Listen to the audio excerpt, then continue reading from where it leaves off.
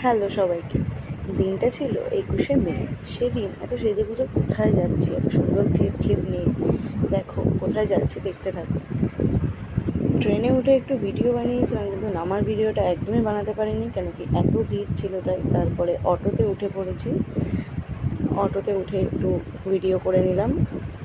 তারপরে অটো থেকে নেমে এই যে হাঁটতে শুরু করে দিয়েছি। হাঁটতে হাঁটতে এবার দেখো কোথায় পৌঁছে গিয়েছি।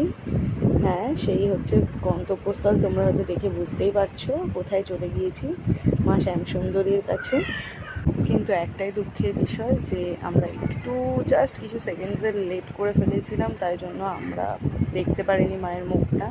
তো তারপর আমরা ওয়েট করলাম, আমি একটু বাইরের ভিউটা দেখাচ্ছিলাম কী ছিল চারিদিকে। তারপরে আমরা বসেছিলাম এখানে।